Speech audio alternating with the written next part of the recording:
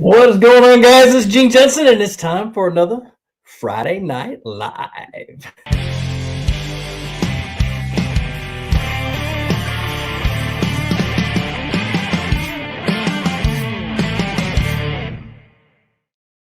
All right, so let's get things rocking and rolling. Welcome, everybody, and let everybody kind of join in.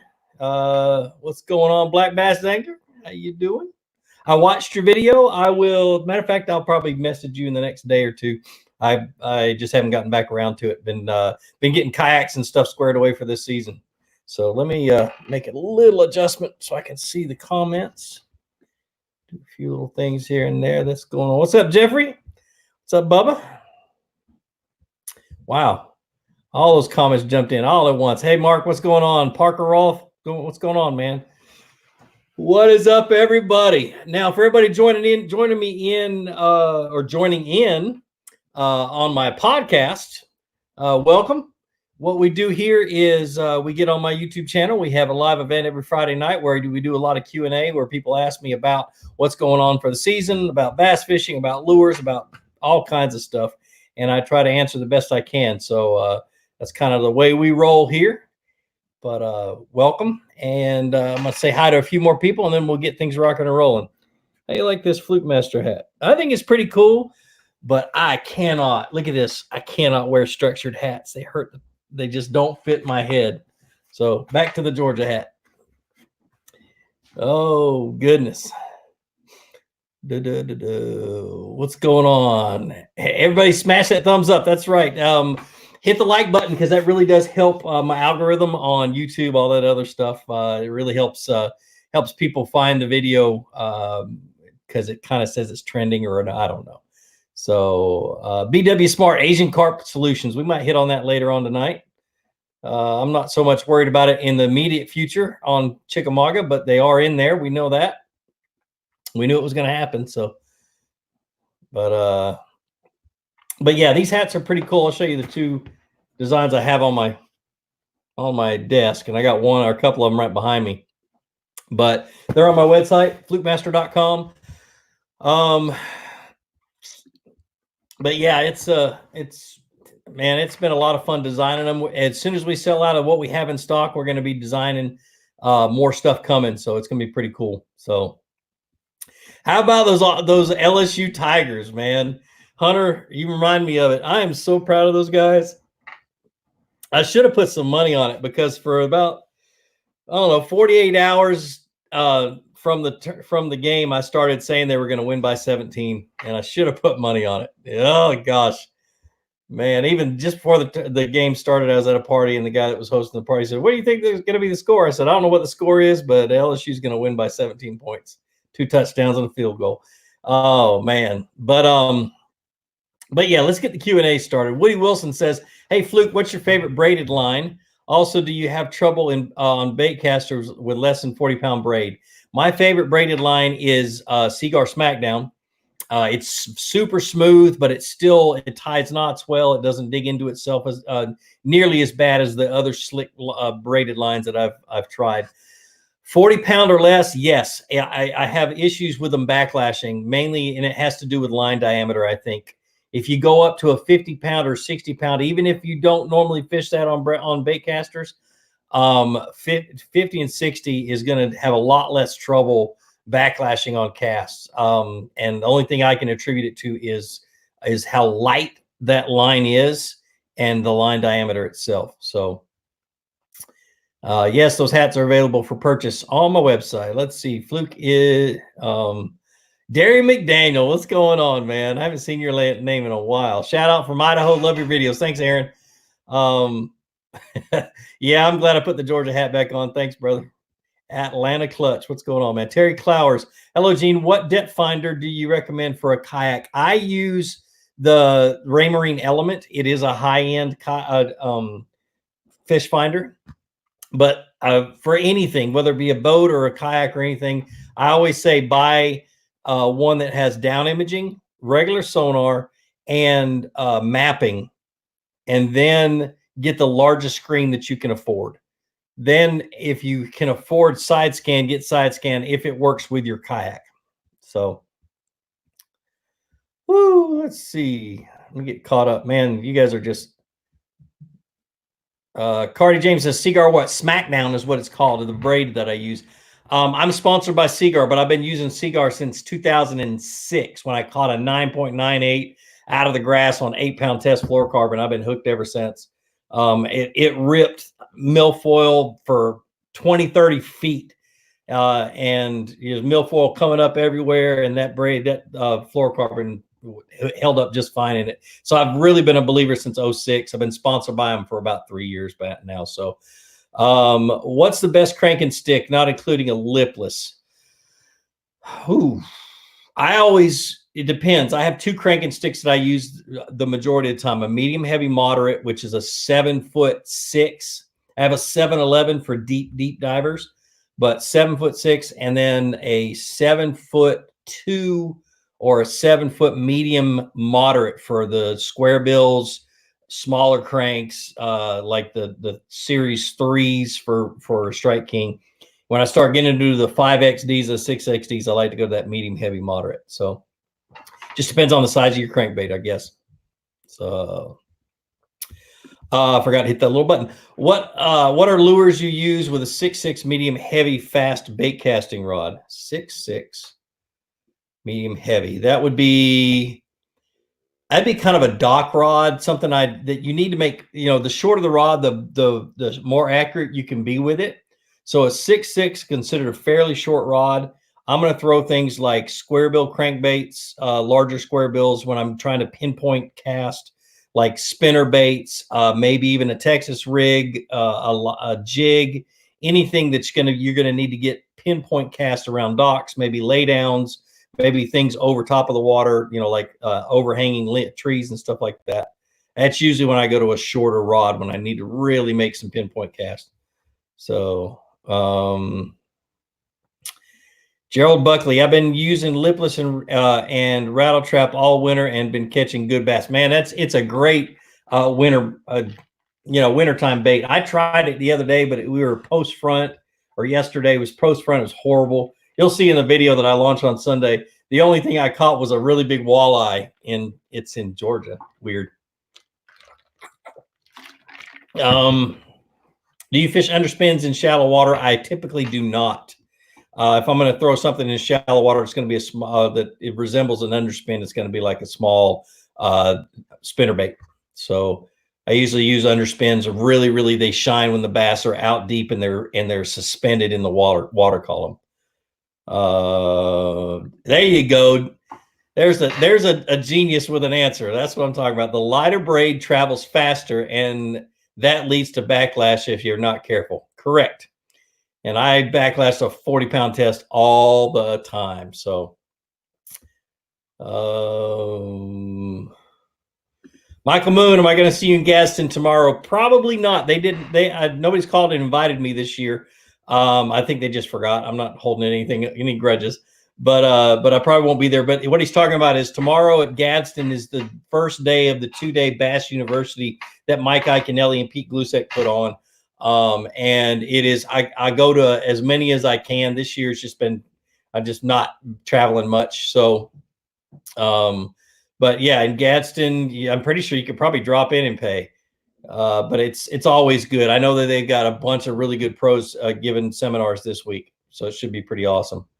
So best knot to use for a leader. I love the FG knot. It's a hard knot, but once you learn it, it can be really, really good. So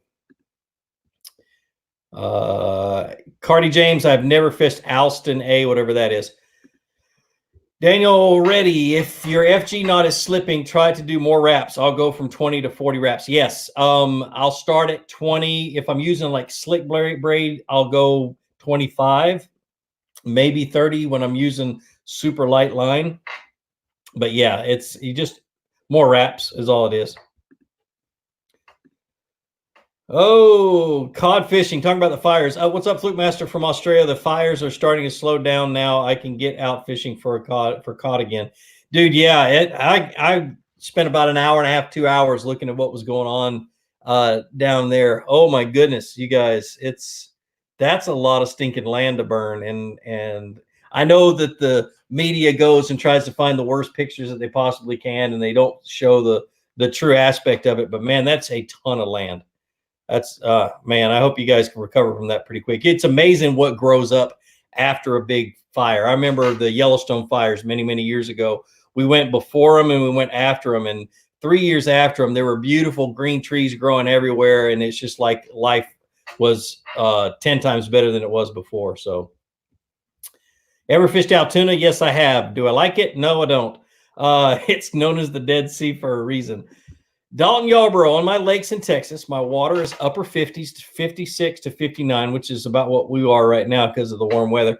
I've been throwing large swim baits in 10 to 15 feet and catching good fish. My largest so far this winter is a 12-4. Goodness, almost a shearlunker. That was a week after Christmas. That's awesome, man. Just keep doing it, dude. 10 to 15. If it gets any colder, look a little bit deeper. But that's some good temperatures. Ours, I'm just waiting for ours to get down into the low 50s and in the 40s, because then the spoon bite kicks on again and I can have some fun.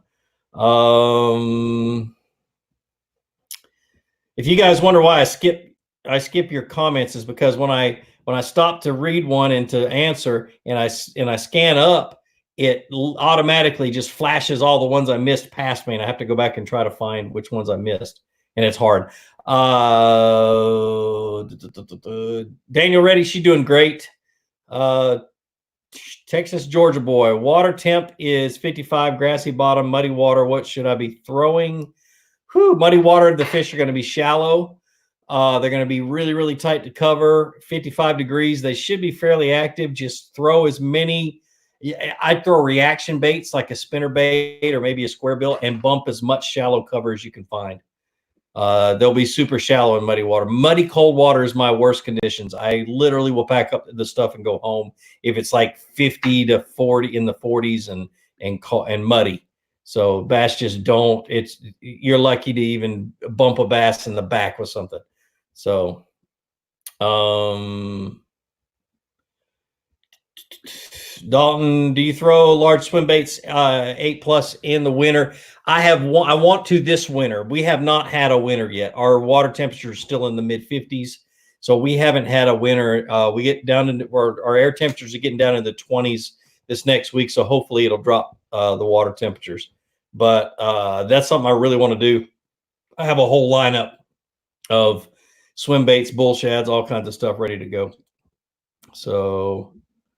Proud Dad. Hey, Fluke, just want to say thank you. I watched your videos on fishing stained water today. I rushed home from work today, got Junior and braved the cold weather, and we caught them. Thank you. That's awesome, man. Congratulations. That's awesome.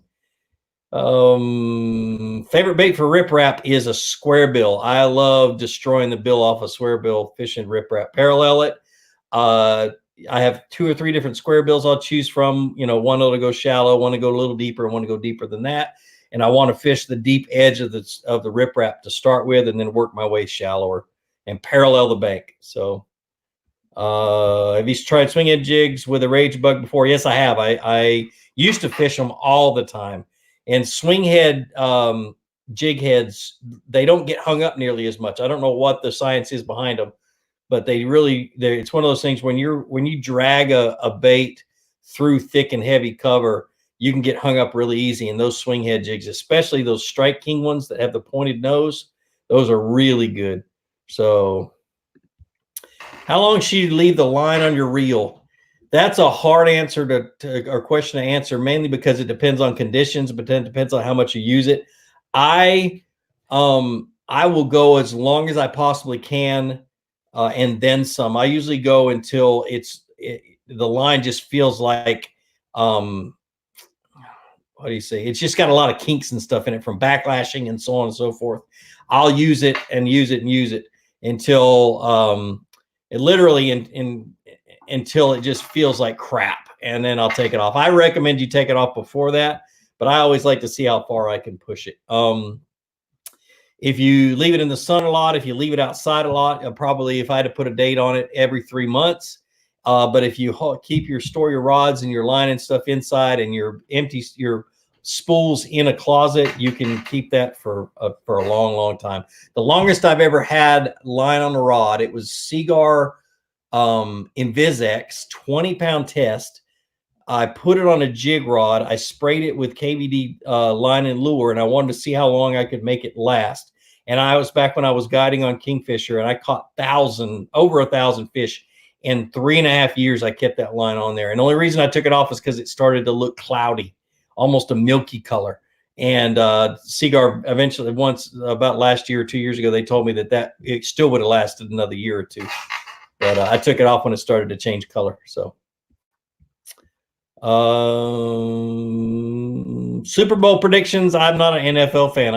Don't even know who's playing in the Super Bowl. So Nick says, "What's up, Fluke? What's up going on, man?"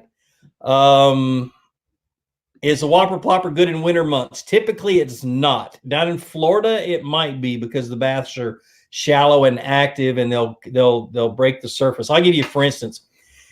Yesterday, I was fishing. It was a tough day of fishing. I didn't get a single bite except for one walleye on a jerkbait.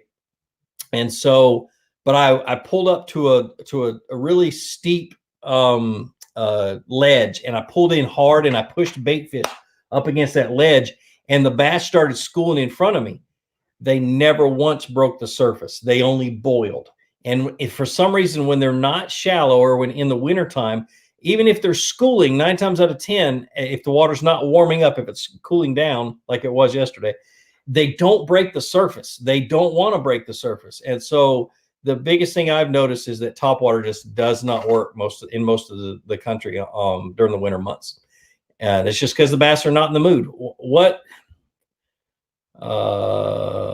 is it looking like for you coming to Texas and do some fishing with Rayburn or Toledo Bend?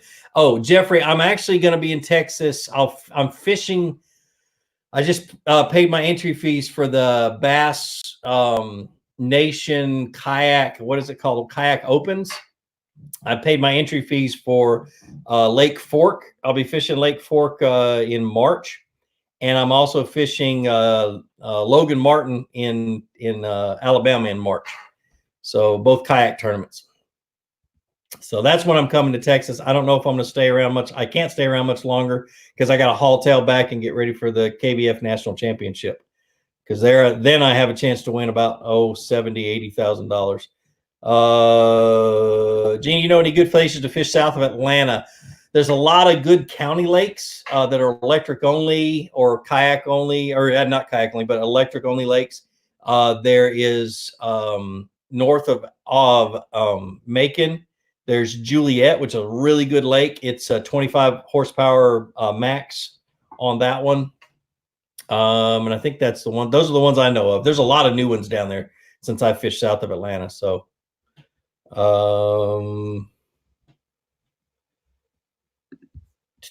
Daniel Reddy says, got an anchor wizard recently. Should I use the chute off the front, back, or use an anchor trolley? Dude, I'm not sure, Daniel. I don't use the chute at all because a Bonafide has that little handle up front, and it can slide down. I can keep the rope down in front of the handle, and it's just fine. And I only use my anchor up front.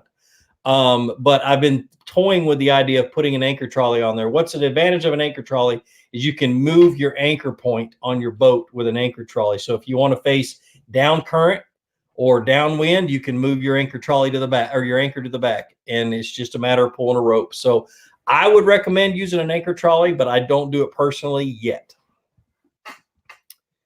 How do you fish a 4-inch plasma tail? On a drop shot is the only way I fish a 4-inch plasma tail. He's talking about the Biospawn plasma tail.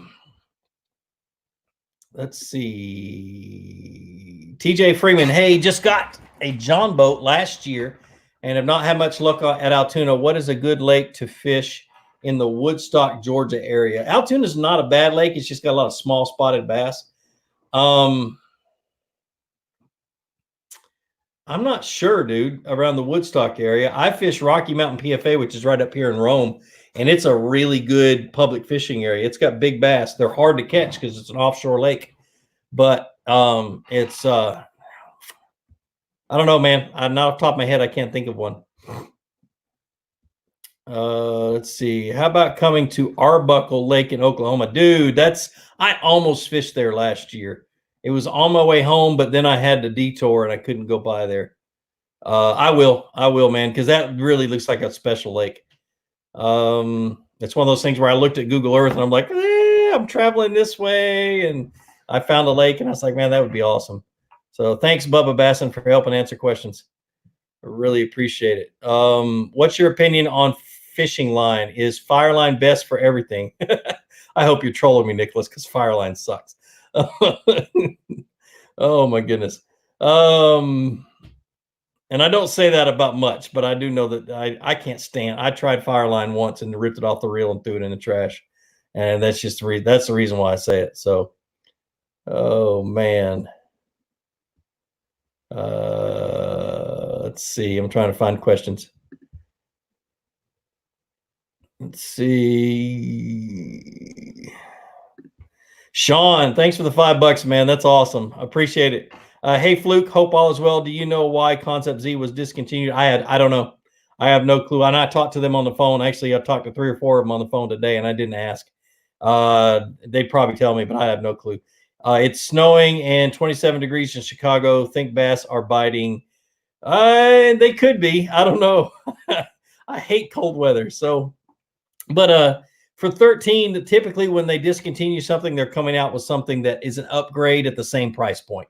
Is the reason why they discontinue things. You'll see that every year with the rods, with their reels. They've got a lot of cool stuff coming out. I can't even begin to talk because I've signed a non-disclosure agreement about most of the stuff with 13. But I do know with 13, when they are upgrading their stuff to something better that has the same price point, they discontinue the previous year's model. So, and they let everybody know prior to, so they the tackle shops don't lose their shirt on the stock that they have. So can you use the net head to fish a 4-inch plasma tail? I don't see why not. So what brand fluoro do I use? I use Seagar Abrazex is what I use. It's kind of a higher end fluorocarbon, but it's very abrasion resistant. It's very manageable on your reel. It's not super stiff. It's just a really good line. I've been using it for 4 years now, so I really like it. But the Invisex is really good too. Fluke, I'm looking to get a Helix 5 from Humminbird. Good, that's a good one. I've never used a fish finder with side or down imaging. Thoughts, suggestions with finding success. Practice with them. Learn how to adjust them according to your water conditions. And just biggest thing is don't just have it as a hood ornament. Just sit down and play around with it, mess with it, waste as much time as you can learning what you're looking at on the fish finders. And there's tons of information out there. And I keep talking about making videos about it. And one of these days I'll sit down and just get serious about it. So somebody gave me $10. FRG, thanks, brother. I appreciate the $10, man. You're awesome. It says, what's up, Gene? Can you talk a little bit about how you would find smallmouth versus largemouth? The first thing that comes to my mind when I am going smallmouth fishing versus largemouth fishing, I always look at water conditions, clarity, and stuff like that. But the differences between the two species, largemouth are, for the most part, lazy fish, and they love to hang around something. They love to be within sight of the bottom or a change in the bottom or a log or a tree or cover or something. Smallmouth don't typically have to do that. They'll be suspended above something. They'll be up in the water column a lot, and they're a lot more aggressive. They're not as lazy as a bass. Plus, they love current. So they really are made to be able to swim in current and hold a position in current. So smallmouth, I'm looking for current. I'm looking for rock. I'm looking for something for them to hide over top of or hide around. But with largemouth, I'm looking for slack water, warmer water. It's the difference in their attitudes is what I look for first. And then I can fish more aggressive for a smallmouth than I can with a largemouth under the same conditions. So, because they're just more aggressive. Wrong. Fireline's been shining since 1996. That's why it's plastered all over social media about how awesome it is. Oh my goodness. What's your opinion on boat storage? Is there a temp that you will pack your boat up and put it in storage? No. As long as the water's not hard, I'm going fishing. The biggest thing is if you know the water temperatures at night are going to drop below freezing, or you're going to be fishing in freezing temperatures, when you get out of the water, drop your your motor down, trim it all the way down, let the water drain out of the lower unit, and then bring it back up, and then cover it. If it's going to rain, cover the back of your motor. Don't let water get into that lower unit, because that freezing water will expand and contract and expand, and it will crack your lower unit. That's the biggest thing. So that's how we winterize down here in the South, is we get it out the water and drain the lower unit out, and then we're good to go the next day. So am I going to fish the Bassmasters? I'm fishing their kayak. I'm fishing 2 of their kayak tournaments so far. I paid my entry fees this morning. So what's the coldest I've ever fished for bass? Oh, girl, I've taken big rocks and thrown them in the water to break the ice at the end of the boat ramp so I could put the boat in. I've used my boat as an icebreaker to get out to clear water so I could fish, and I've caught tons of bass doing that. So like I said, as long as it's not hard water, I can go fish in it. That's the coldest I fish. So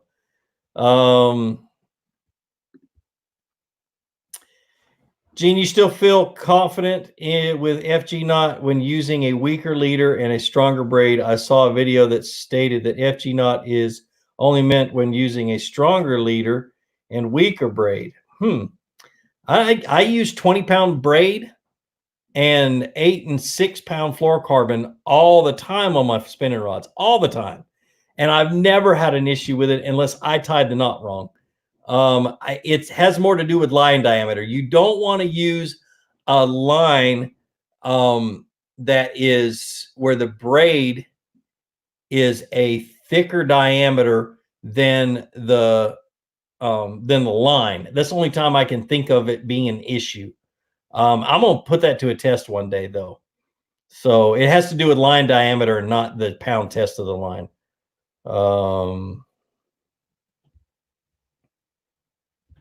Nicholas Moore says, what fishing line do you suggest? It depends on your experience, really, because fluorocarbon can be really, really problematic if you're not used to having issues and stuff with a bait caster, not knowing how to fix those issues, and not being able to adjust the way you're casting. So fluorocarbon, or my favorite when I was first starting, was a copolymer line called, what's it called? Iserline Triple X. It's inexpensive. You can buy a 1/4 pound spool for like $12. And it'll last you for a long, long time. And it's really, really good abrasion resistant. Great, great line. That's what I would suggest you start with if you're a beginner, or even if you just are on a budget and you can't afford fluorocarbon. Copolymer is great. So,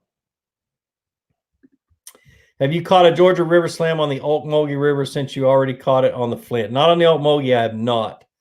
I did catch my first Bartram's bass this last year when I was fishing with Drew Gregory, filming a TV show with him, which was really, really cool. They catch those in the rapids in the Savannah River, so it was pretty neat. So, best line for crankbait fishing on a Dobbins Fury crankbait baitcaster with a Concept Z reel. I don't like fluorocarbon line though. Use copolymer if you really, and braid works good. It just it doesn't allow your bait to get the deepest that it possibly can. So let's see. Jim Rayleigh says, I have a paddle kayak, really want a 127, but part of me wants a pedal. Would you ever go to a pedal kayak? The only pedal kayak that I can use personally is a Hobie. Is the only pedal kayak, or that style of push pedaling instead of bicycle pedaling, mainly because of my hip. I can't.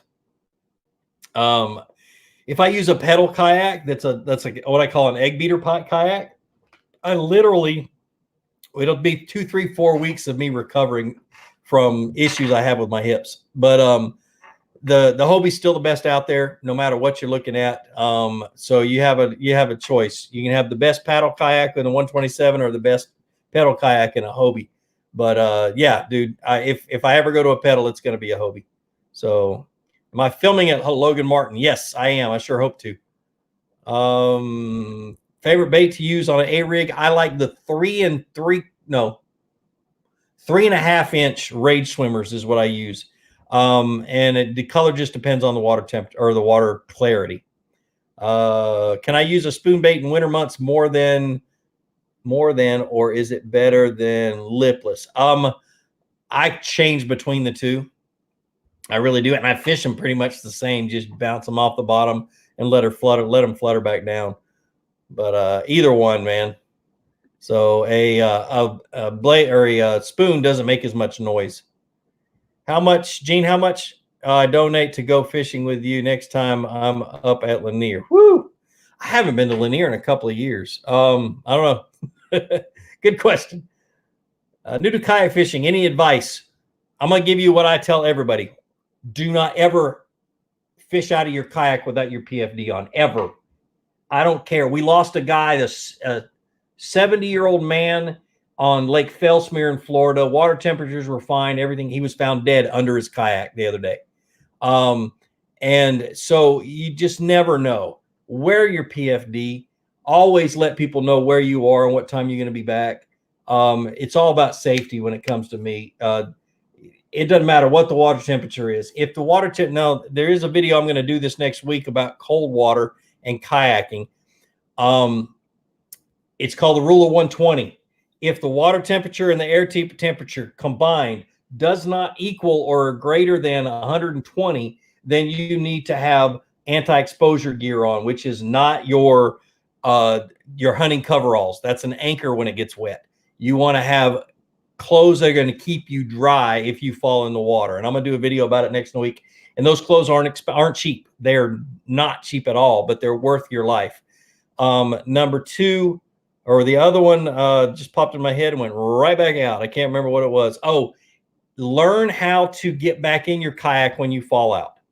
That's huge. I wouldn't recommend doing it right now with the water temperatures being so cold, but as soon as it gets warm enough, I want you to jump out of your kayak, have everything that's of any value out of your kayak first, get out of your kayak and practice getting back in without having your feet on the bottom. So important. I bet you that 70-year-old man would be alive right now if he could do that. I'd seriously, you got to learn. And also flip your kayak over and learn how to upright, get it to flip back over. If that ever happens. Huge, guys. All right. Off my soapbox. Stefan, I have not been invited, but if somebody calls me, I might come and say hi. Hint, hint, hint. Let's see. What battery do you use for your Torpedo and how long does it last? I use the one that comes with the Torpedo because there's a computer inside that works with the Torpedo. So it's the one that comes with it and it's the bigger one. I think it's 114. I can't remember. But anyway, so that's the one I use and it lasts me all day and then some if I'm not going hard on it. If I'm going full bore, it'll go 5.5 miles, but it's the most I've done in a day is 20 miles. But I was just steady, just fishing slow. So thanks, Stephen. Appreciate it, brother. Can you fish a spoon on a medium heavy moderate action spinnerbait rod or medium heavy? That's what I fish it on. Not the heavy ones, like the 4-inch and lighter. Yeah, I fish it on a medium heavy moderate. So looking at getting an Alumacraft would be my first real boat. Good. How much of a factor is wind in one of those? Just get you a trolling motor that can handle it. That's the biggest thing. It's really not a big deal. When I first got with Alumacraft, their 18-foot boats had 45-pound thrust trolling motors on it. And that's one of those things I don't hold back, and I didn't in this case. I told them, I said it needs to be 70 or more, or don't even even sell it to people. So I think the standard now for an 18-foot boat is like an 80, and I can't remember what it is for like a 16 or 17. But anyway, so get you a strong enough trolling motor and you won't have an issue with wind. Whew, sorry, my throat's starting to dry up again. It's because I got my heater on.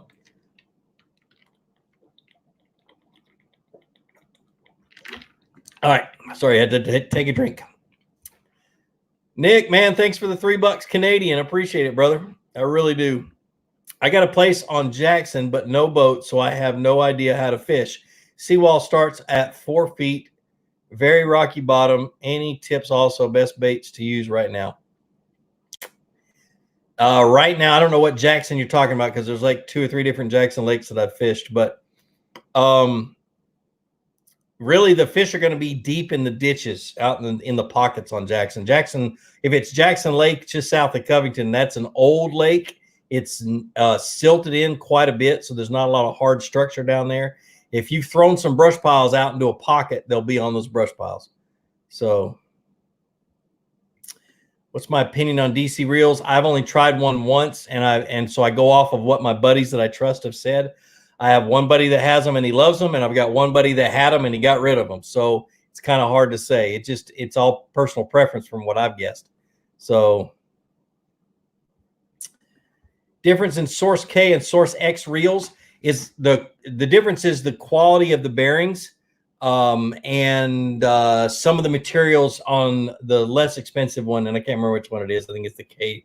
Anyway, it's just the difference in what the materials are made out of. So other than that, they're, well, that makes a huge difference anyway.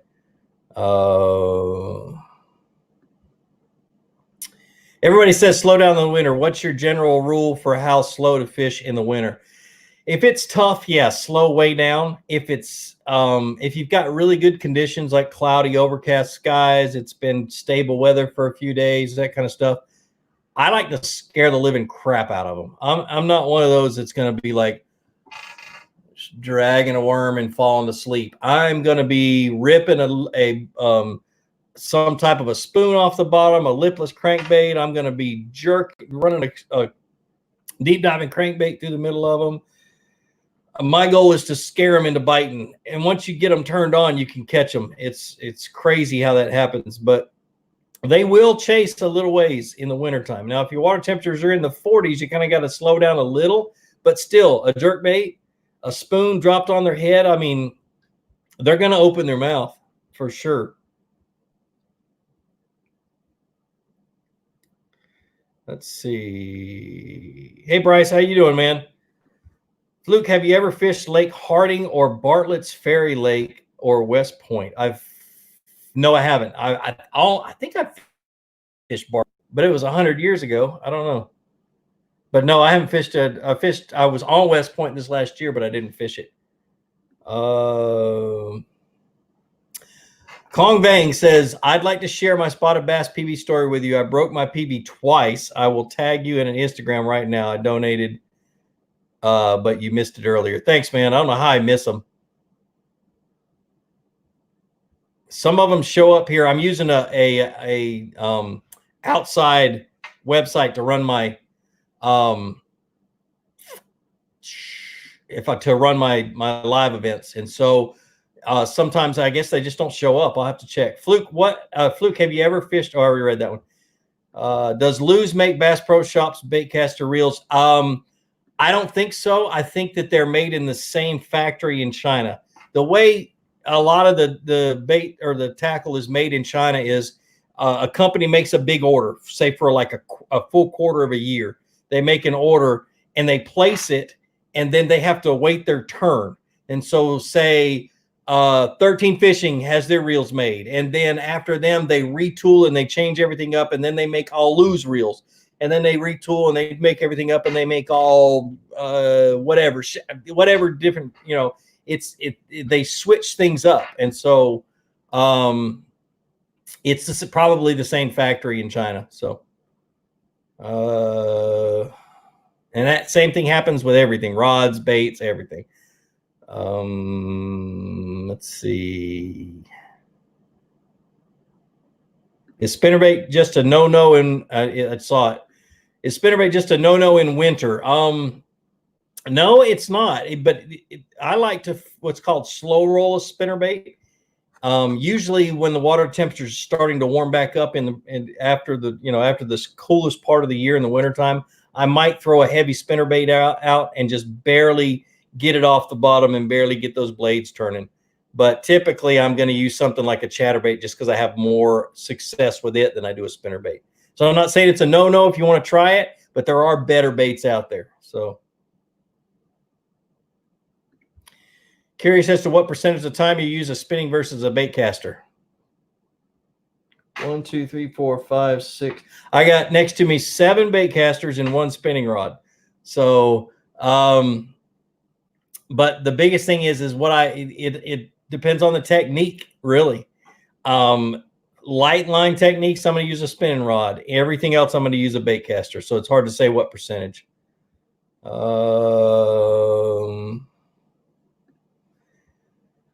Ryan, yes, this is a problem, and they are fixing it with their new stuff coming out. I think got a 13 fishing spinning rod recently. Have trouble with the line getting caught on the hook keeper when I'm reeling in. Sometime, is there a trick to keeping it from getting snagged? Downsize my reel. The only trick is try not to reel in on a slack line is the biggest thing. When you reel in on that slack line, it slams that line over top of the blank and it gets hung on the hook keeper. And so, but it happens, dude. And it drives me nuts when it happens too. Yeah, it's something that they're addressing for sure. So am I coming to Michigan in 2020? I don't know yet. I haven't planned that far ahead. I've only planned through April right now. So, oh man. Stefan, you're quick, man. Justin Kimball just messaged me. That's hilarious. Gene, my pond seems to have shut off. Thrown the kitchen sink with no luck, no bites. Any suggestions? I'm sorry, I'm reading my messages from Justin at the same time. Thrown kitchen sink with no luck, no bites. Any suggestions? It probably has to do with change, man. Bass will shut down in the wintertime a lot worse than they will any other time. I'll tell you what bait I would try is literally I would try take a spinning rod, tie a small light wire offset worm hook on the end of it, put a trick worm on there, make it a dark colored trick worm. It could be green pumpkin, can be black, but put it on there and then pinch a at 1/8 ounce split weight or a split sinker about 6 inches above your hook and drag that thing on the bottom and fish it for a few hours. Dude, they'll trust me, you'll get bit. Another thing you could try is a little baby lizard when later on in the winter or as you get into the early spring. So, is there American-made reels? I think that what's the name of that company? Their reels are really big and clunky, but they're made in America. Somebody on here be able to tell you. I can't remember the name of it. Ardent reels, I think, are still made in America. But I think that's about it. So, Fluke, thank you for your videos. I came across your videos 2 weeks ago. Dang.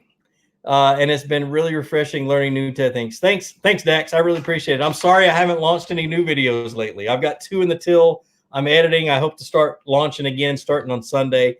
I got over my holiday funk, and it is time to rock and roll again. So the weather doesn't look like it's cooperating. We actually have had flooding for the last 2 weeks too. So my basement down here, my office is taking on a little bit of water. But what baits to use and how to fish them for ponds? This time of the year, small baits is what I would do. So, that's a good idea, Joseph. I totally forgot about that. I need to do that. Yeah, that might be one I need to do some instructional videos first, and then I'll throw out some of those reviews and that kind of deal. So I got to get back to doing instructional. So my fans that don't really like me don't say that I've sold out. So have you had issues with the reel seat on the fake chromes breaking? No, I haven't. That'd be something to take up with them, though.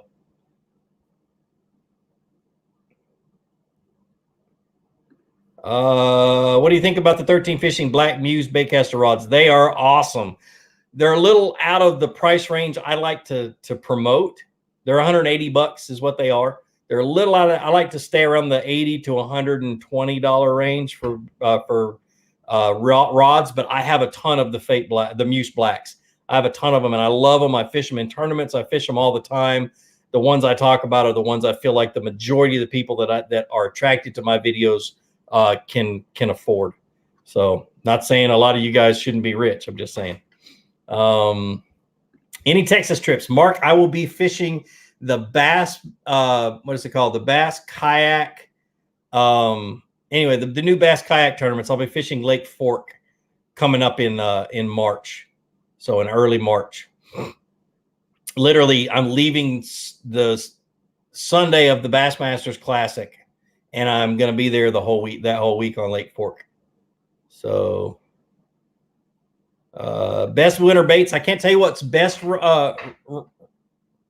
Ramiro, but I can tell you straight up, this is what I usually have tied on. A flutter spoon, a jigging spoon, a jerk bait, and a jig are the four things that I always have tied on somewhere on my boat. And then I'll switch around and maybe throw a crankbait and that kind of stuff. So Whiskey Gordon, what about Spike It? Because I've used to be a total absolute Spike It freak until I found JJ's Magic. So am I the only one that always end up throwing a jig in winter after trying new stuff for only an hour or so? I totally agree with you, Brandon. Oh man, that's the thing I love the most about the wintertime is a jig can always catch you a big fish. When they're biting, of course. Let's see.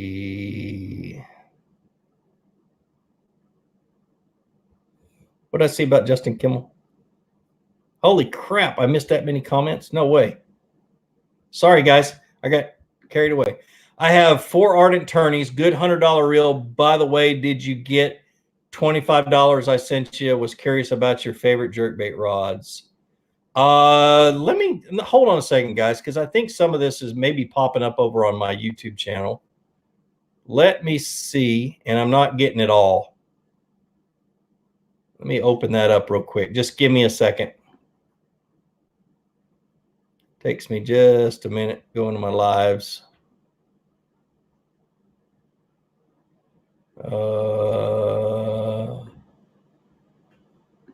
Why did it do that? All right, so let me do something really quick. It's just going to take me another second. Don't jump off. Don't go away.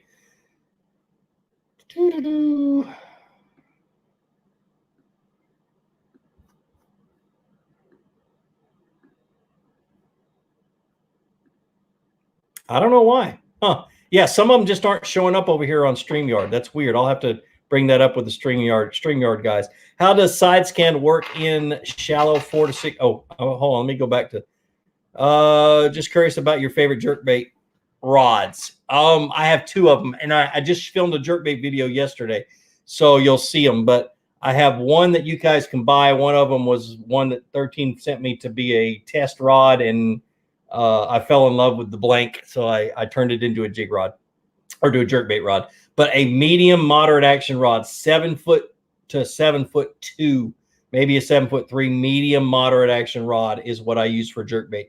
Those jerkbaits that don't load up well and don't have like a weight transfer system to make them cast a long way, you really need a whippy rod to be able to cast them. That's the only thing that really sucks about jerkbait fishing is they're so hard to cast. Boy, I backlashed like crazy yesterday casting into the wind. So no plans for a New Jersey trip. Hey, Kathy, how you doing? Thanks for answering questions for me. What time is it? We got about 10 more minutes. Bass Angler, are you going to ICAST? I haven't missed an ICAST in 12 years, so I'll be there. How does side scan work in shallow 4 to 6 feet and stained tannic water? It works fine in stained water. You get a little bit of interference. It's really good in shallow water if you know what you're looking at. It's one of those things where you have to have your settings right. You got to understand a bit. Most fish finders, especially the higher end ones and the ones with side scan, are not a set it and forget it thing. You've got to adjust for your conditions. And so once you adjust it to where you can you can see less further, I bring it down to about a 30 or 40 foot scan, and I can see out the side, and then you just have to know what you're looking at. You see little spots, and that's all it is, and those are your fish. Sometimes it works, sometimes it doesn't. So, but yeah, any other fish finder does not really work well in really shallow water. So, and that brings this one up. Joseph Keller says, do you believe a fish finder, any brand, is effective in shallow water, 10 feet or less? Only thing it's good for is telling you what the bottom looks like is all it's good for. So Ed Wolf, thanks for the $5, man. He says, talk to JJ from JJ's Magic this week. He's the best guy in the world, isn't he? Anyway, he says about an issue with Tackle Warehouse shipping his product. He's a great guy. We'll be ordering his stuff directly from him. He is awesome. One of my favorite people on this planet is the good old JJ. He's a retired sheriff's deputy out of downtown Atlanta. So he has seen some stuff, and he is amazing. Absolutely amazing. So has become a good friend of mine. Hey, Gene had and thanks for the $5, man, if I forgot to say that. Gordon Granson says, hey, Gene, had a Muse 6'10" medium. Love, thanks to you. But I've been looking for a Muse 6'5" frog rod. Yeah, they don't make them anymore. That you had your hands on. Any ideas where I can get one? The only place you can find one is if somebody's selling one. I have 4, and I'm guarding them with my life. Yeah, they don't make those anymore. They're coming out with something similar, but a little bit longer here in the future. I'm not exactly sure when, because the stuff we're working on now is for not only 2020, but 2021. And so it's so mixed. All the stuff I work on with 13 Fishing, it's so mixed up in my head. I'm not sure when they'll be coming out, but something similar. Any suggestions for Chickamauga this time of the year? I have no clue, man. I haven't fished it in months. I talked to my buddy who fishes it every day. He said he slayed them yesterday. He fished for 2 hours and had his best 5 went like 18.5 pounds. But I didn't ask him what he was fishing with because I was in a hurry. So,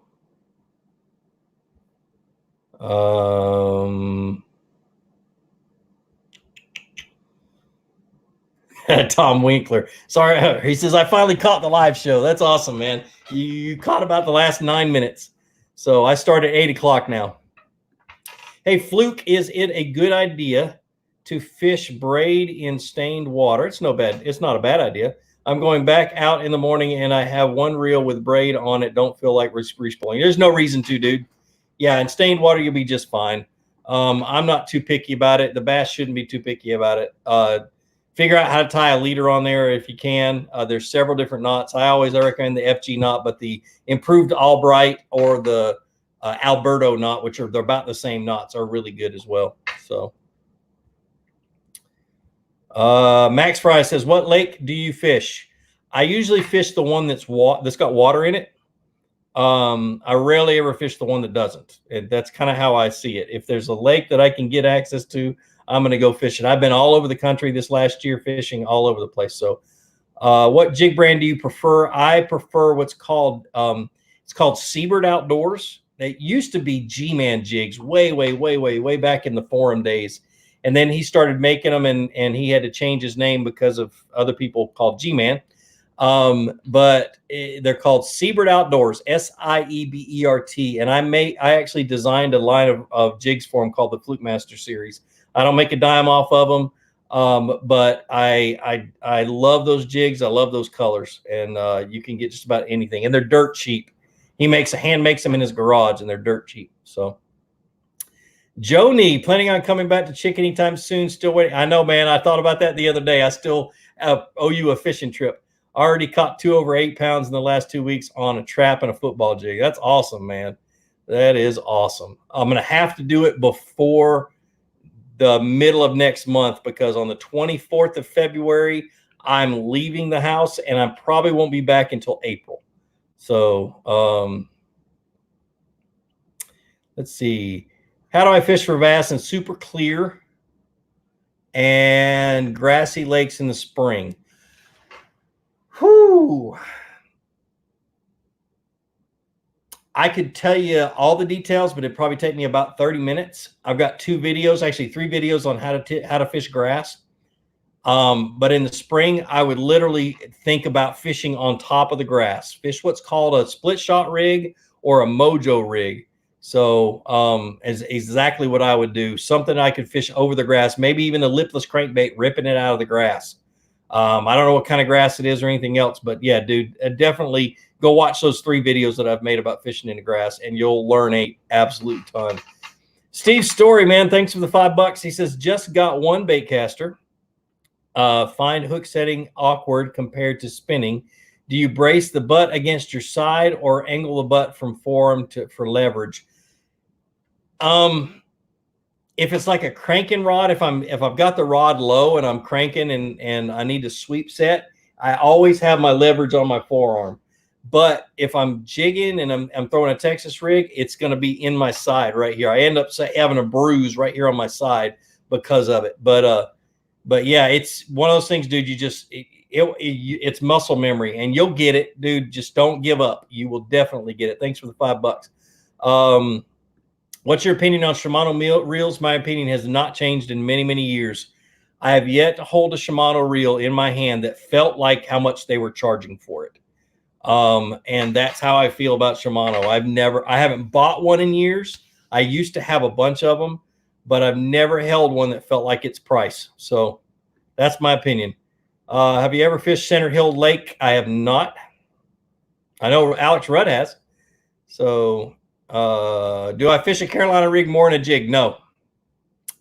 Nope, I don't. I love fishing a Carolina rig, but I fish a jig more. So Ed Wolf says, Seabird is awesome. My wife bought a bunch for me for Christmas. That's awesome, man. Lakes with no water are no fun. Yeah, that's true. Do you think there is smallmouth bass in the Florida Everglades? I doubt it. The water temperature has got to stay pretty chilly. So that's one thing I've learned about smallmouth is they've got to have that cooler water. Any experience with F1 tiger bass? What do you want to know? Okay, so let me tell you the difference between the two. F1 is a cross between a northern strain and a Florida strain. Florida strain bass grow faster than a northern strain, but a northern strain bass is more aggressive. So you combine the two and you get a fast-growing, aggressive fish that's easier to catch. Now, tiger bass, and this is where it got confusing, and people call F1s tiger bass and they interchange them, but a tiger bass is an F1 that has been trained to eat fish food in the hatcheries. And these bass have been used for farm production to produce, meat and whatever. And they've also been used, the lake I used to guide on where a lot of my original videos were filmed, called Kingfisher Society or Richmond Mill Lake. That's where they first used it for a commercial or for a fishery to go out and go fishing. So they had 50 feeders throughout the lake that fed these fish twice a day. And they grew fast for a while, and then they stopped growing. And it had a lot to do with they reduced the amount of food and everything else. But anyway, that's the difference between the two. So Stephen Quinley says, hey, Fluke, I'm in upstate South Carolina and don't have a boat. Any tips on what to throw from the bank, either fishing a small cove or a wide open flat, 6 to 8 feet and under an overpass? I'm going to be honest with you, Stephen. The bass are probably not there yet. They're going to be there once the water starts to warm back up. If they are there, man, I don't even know what to, if I suggest something, I'll be totally wrong. I'm thinking chatterbait, spinnerbait, that kind of stuff, but I don't know. I really don't know, man. So, what's your favorite drop shot plastic? I'll be honest with you. I fell in love with, there's a really popular one I think it's out of Canada. X Zone Lures has this little drop shot worm, and it's in my Instagram post this last week. And I didn't even mention that it was X Zone. But anyway, it's a little drop shot worm, and I really have had a lot of luck on that this year. I've gone through, I bought like 12 bags of them when I was up north because that's the only place I could find them. But yeah, dude, that's become a really good drop shot worm. But I use a lot of different things, but that's typically been my go-to this year. So Ed Wolf says, I'm glad I'm back on the trail, missing videos. Yes, man. And I'll end with this because it's almost 9 o'clock. I really struggle with depression a lot. And I don't know what triggers it or anything else. And I think a lot of it has to do with being unorganized. You guys see this box, right? Where's my hand? See that box right back there? I still got a lot of doing my office. When I get unorganized and I haven't cleaned stuff and I haven't gotten stuff ready, I really get down in the dumps, and then bad comments on the channel and stuff. Sometimes I just can't let those go. And so I just get in a funk, and this was the worst one I've ever been in. It's, never thought about hurting myself or anything else. I just get to the point where I'm just not motivated to get up and do anything. Well, that's almost gone. I got out yesterday and filmed a jerkbait video. I've got another video on my SD cards I've got to pull off that's about how I set up my boat for filming. I hope to get some more videos done this next week. And my goal, I'm setting goals again, which is something I forgot to do last year. My goal is to get to where I'm launching 4 videos a week. I've got a really, really cool video that or live video I'm going to start doing during the week. It might be live. I haven't decided yet, but it's going to be I'm going to be doing it during the week. And it's just going to be about tackle.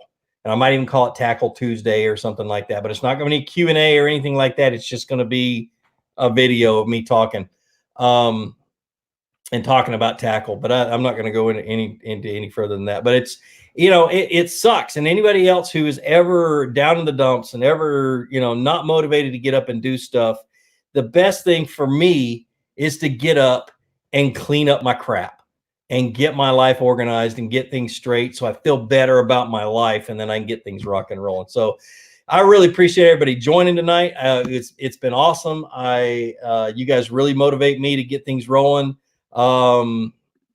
Casey, man, thanks for the $10, brother. I really appreciate it. Man, I appreciate every one of you. You guys are awesome. I really appreciate you joining in. And it's great to be able to do these every Friday night. Now, coming up, this next month should be fine, but once end of February kicks off and I'm traveling, I'll either will or will not be doing them. I don't know. It depends on where I'm at. Maybe in a campsite somewhere in the middle of the boondocks. Who knows? But anyway, be sure to check out my website for all of my merch, all my Flukemaster stuff, this awesome hoodie, the hats, everything else, the water bottle that I've been drinking out of. It's flukemaster.com. And like I always say, be sure to introduce somebody to fishing. Introduce them to my channel. Let me help you teach them how to fish. More importantly, get out in the water, go ahead and catch some fish, and have a great day. We'll see you.